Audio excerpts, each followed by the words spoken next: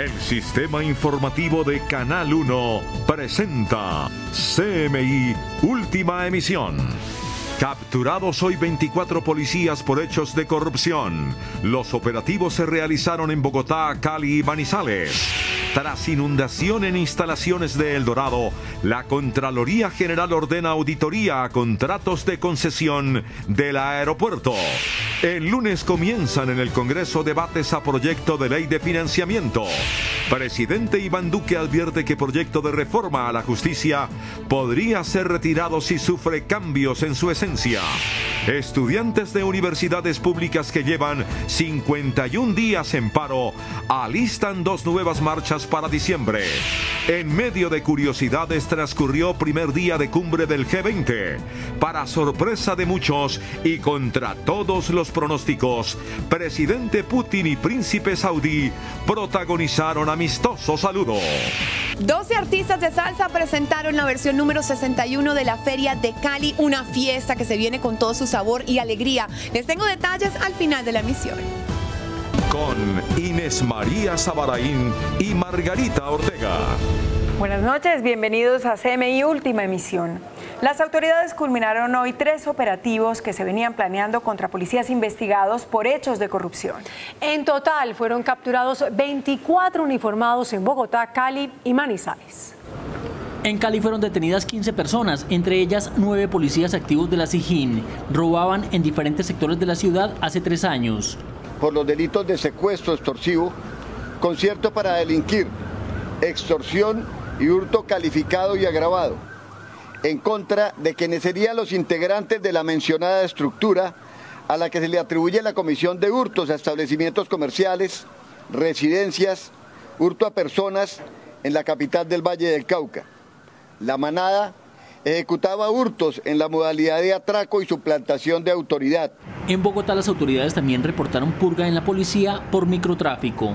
Tristemente hoy hay 10 policías detenidos aquí en Bogotá por estar colaborando con la venta de estupefacientes en ese negocio terrible que es el microtráfico, y fueron capturados gracias también a la colaboración de la misma Policía Nacional, que venía haciendo investigaciones y suministró información importantísima a la Fiscalía General de la Nación. Otros 5 policías fueron detenidos en Manizales por hechos similares. En otras noticias, a raíz de la cantidad de agua que cayó en los corredores del Dorado durante los aguaceros de ayer, la Contraloría puso la lupa en los contratos de construcción y concesión. Las cascadas que se filtraron por el techo del aeropuerto El Dorado dejaron en evidencia presuntas falencias constructivas que ya están bajo la lupa de la Contraloría General. La Contraloría apertura en este momento lo que es un proceso de actuación especial fiscal para poder mirar todo lo que se está presentando en este momento en la concesión. Y es que no es la primera vez que un fuerte aguacero inunda la terminal aérea renovada recientemente. Este viernes se adelantaron trabajos en la cubierta, por lo que algunos counters estuvieron cerrados. Es impresionante la línea que hay para registrar la maleta.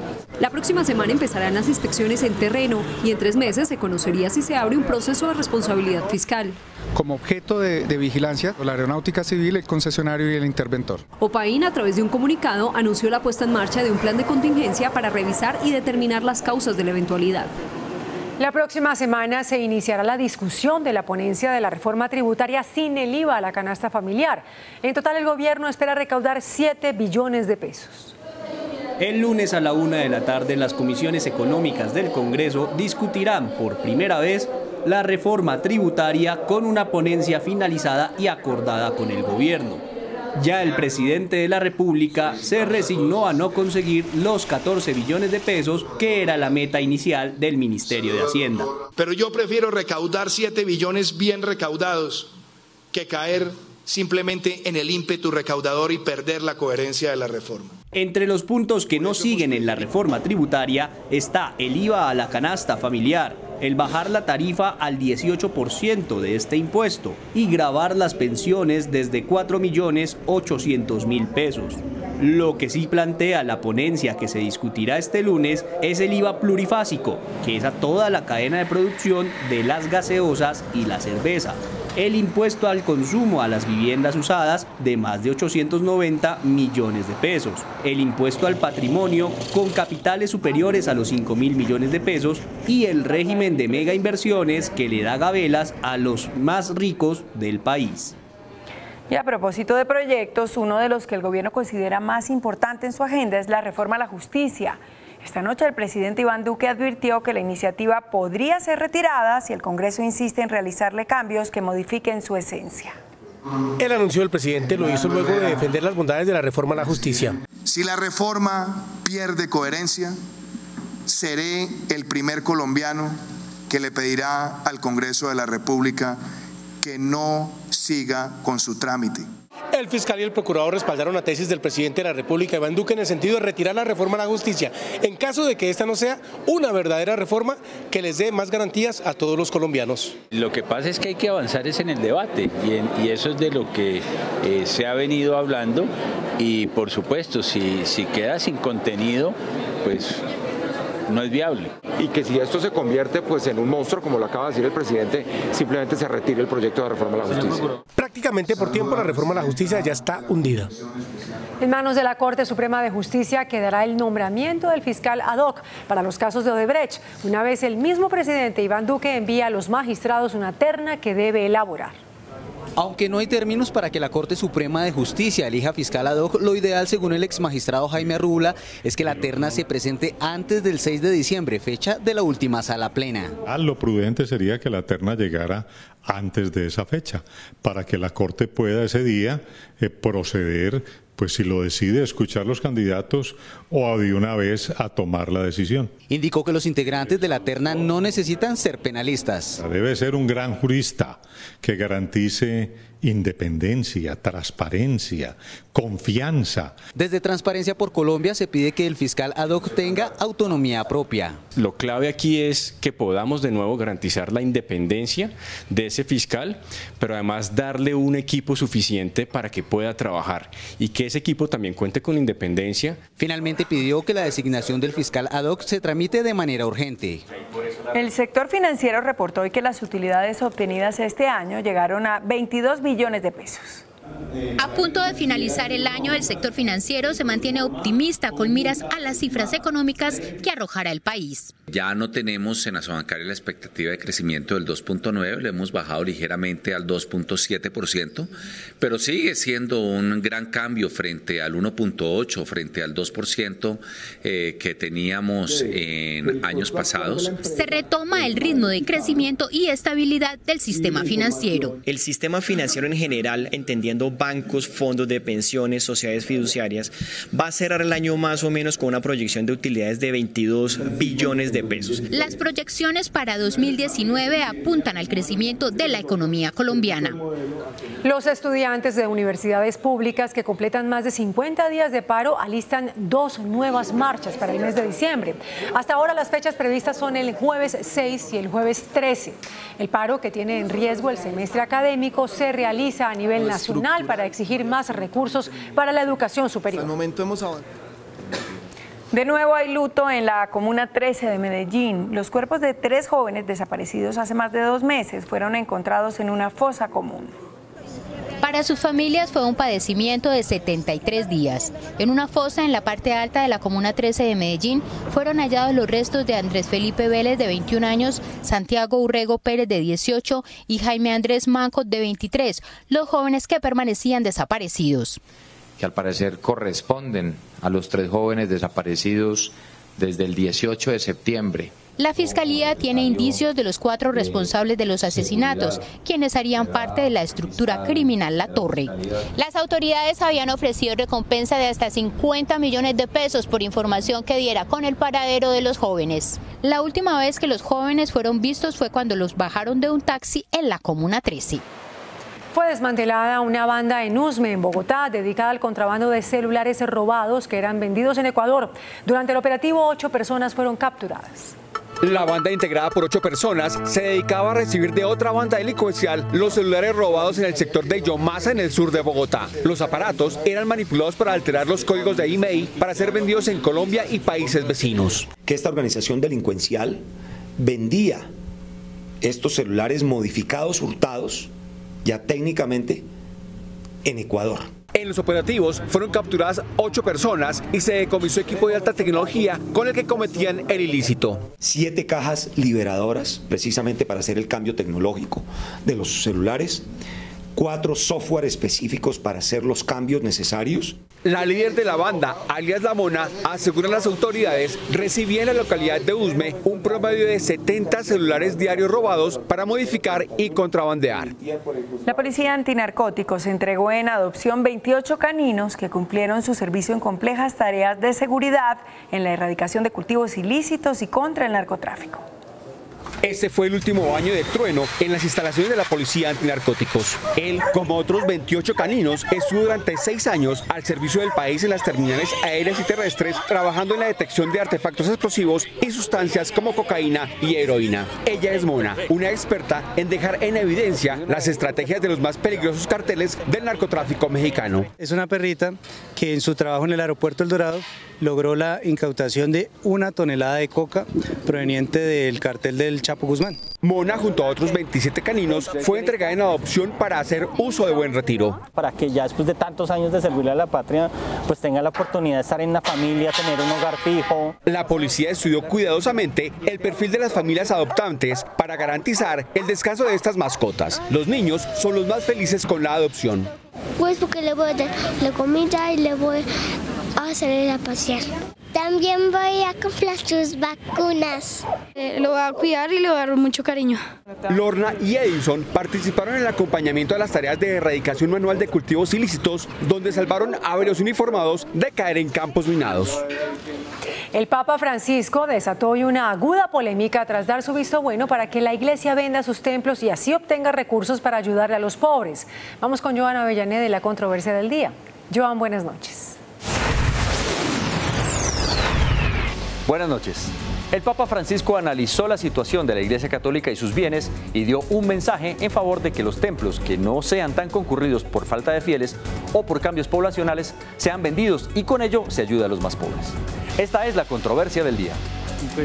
En un tono muy realista, el Papa Francisco aseguró que las iglesias vacías son un signo de los tiempos que invita a una reflexión y recordó que muchos de los templos que hasta hace pocos años eran necesarios, ahora ya no lo son por falta de fieles y los cambios en la distribución de la población.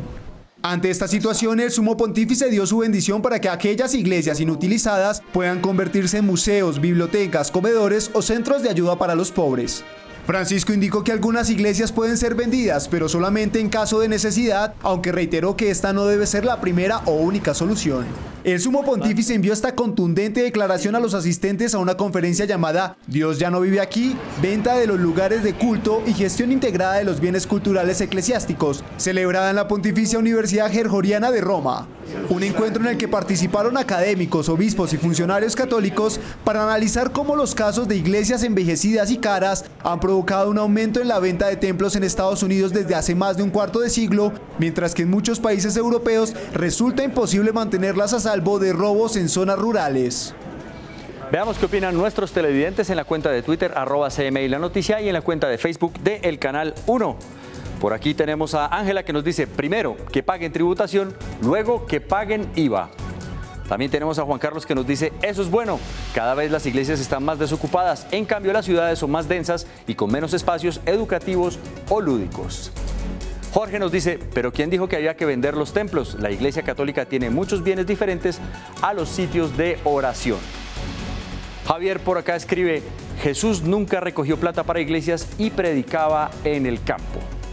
Por último, Henry nos dice, y que paguen impuestos. También sondeamos el tema con la siguiente pregunta. ¿Usted estaría de acuerdo con que vendan la iglesia de su barrio? El 79% considera que sí, el 21% considera que no. Hasta el momento hemos registrado 3.977 votos.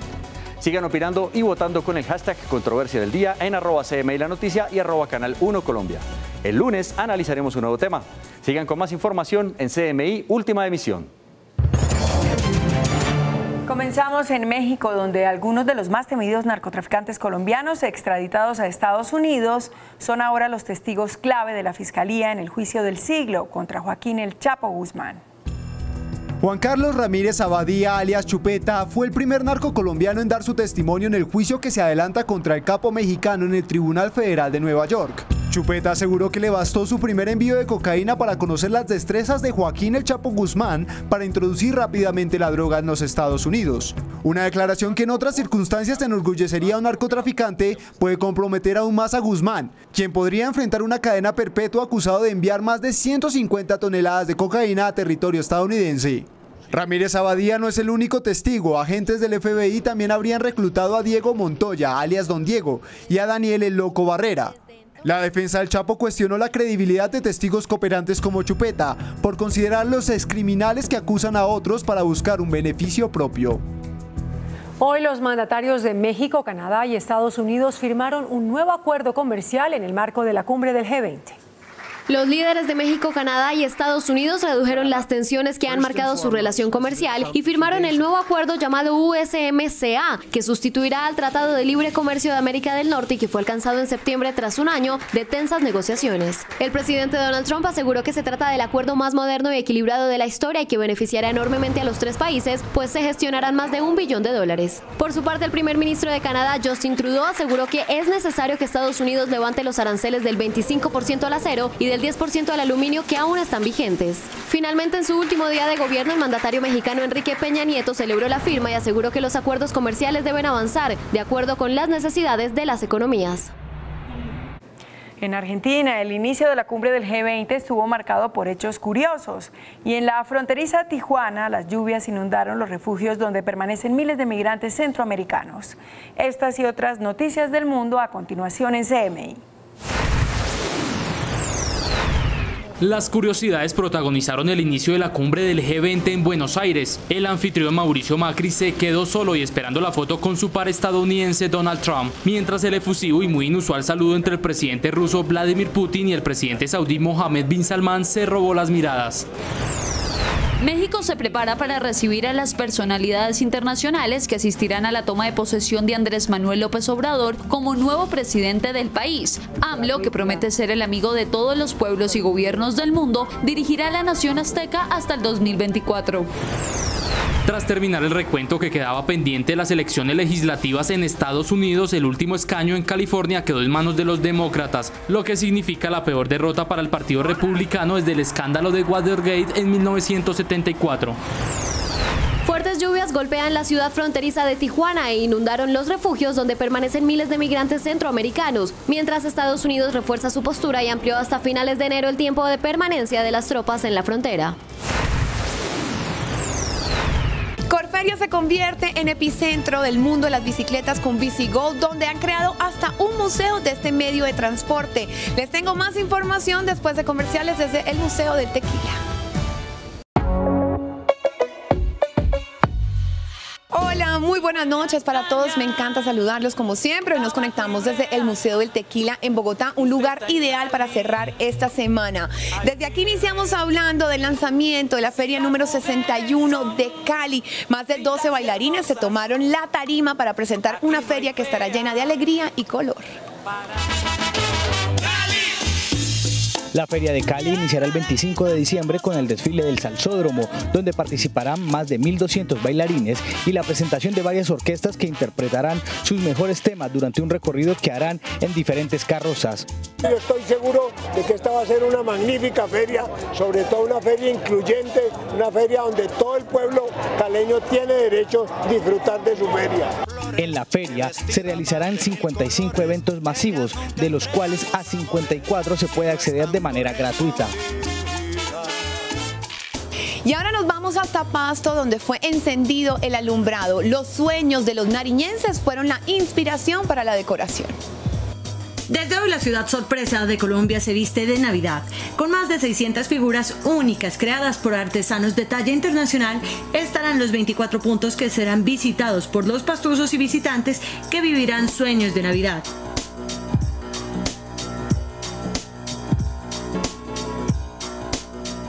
El frío no será impedimento para que la ciudad de Pasto inicie las festividades de Navidad con el ingenio de los cultores del carnaval, las luces y el colorido a cargo de la empresa municipal de alumbrado público, haciendo preámbulo a las fiestas más importantes de esta ciudad. Por siempre Tokio será capital de la moda en el mundo, pero por estos días con más fuerza, pues la firma Dior ha escogido ese lugar para presentar su colección de crucero especialmente para los hombres. El futurismo fue el tema elegido por el diseñador Kim Jones, director artístico de Dior, para crear esta colección de hombre. La reconocida firma eligió a Tokio para presentar esta propuesta, la primera en su línea crucero en honor a la moda masculina. Este gigante cyborg de 12 metros de altura fue el anfitrión de la gala, en la que Dior demostró su influencia en Japón. La línea crucero siempre ha estado orientada al público femenino, pero esta vez Dior rompe el molde y presenta una propuesta arriesgada y versátil para un hombre que vive y respira tendencia, una oportunidad de ver el universo masculino del británico de 39 años que dejó impreso en cada pieza su amor por la conservación ambiental, en especial la de África.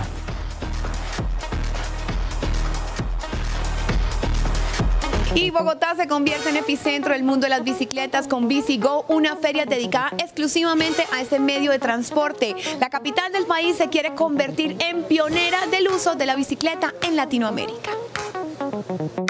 Llegó BiciGo, el gran encuentro de bicicletas en el Salón de Corferias, que tuvo como novedad el primer museo de las bicicletas con aproximadamente 100 piezas antiguas. En el recorrido vimos algunas novedades, pero la más importante y la que más llamó la atención fue la presencia del deportista del siglo XX, Cochise, que estuvo contándonos sobre la importancia de utilizar la bicicleta. Para mí es un orgullo todo lo que ha pasado por Cochise. Todo se lo debo a la bicicleta. La bicicleta me ha dado todo, la felicidad. Tengo una familia de 3 hijos. Y con don Chucho Piedradita, que estamos aquí siempre en contacto con la gente, con el ciclismo, que es lo importante. Cerca de 100 expositores de la industria, shows, encuentros de celebridades del ciclismo, lanzamientos y una completa agenda académica podrán disfrutar todo este fin de semana. Un espacio que resalta la tradición deportiva, que impulsa a los jóvenes a utilizarla como medio de transporte y además aportarle a nuestro medio ambiente. Por hoy me despido, les deseo un feliz fin de semana, gracias por acompañarme y que sueñen bonito. Hasta aquí CMI Última Emisión. Mañana las noticias continúan en Noticias 1 al mediodía. En el Canal 1 seguimos creciendo.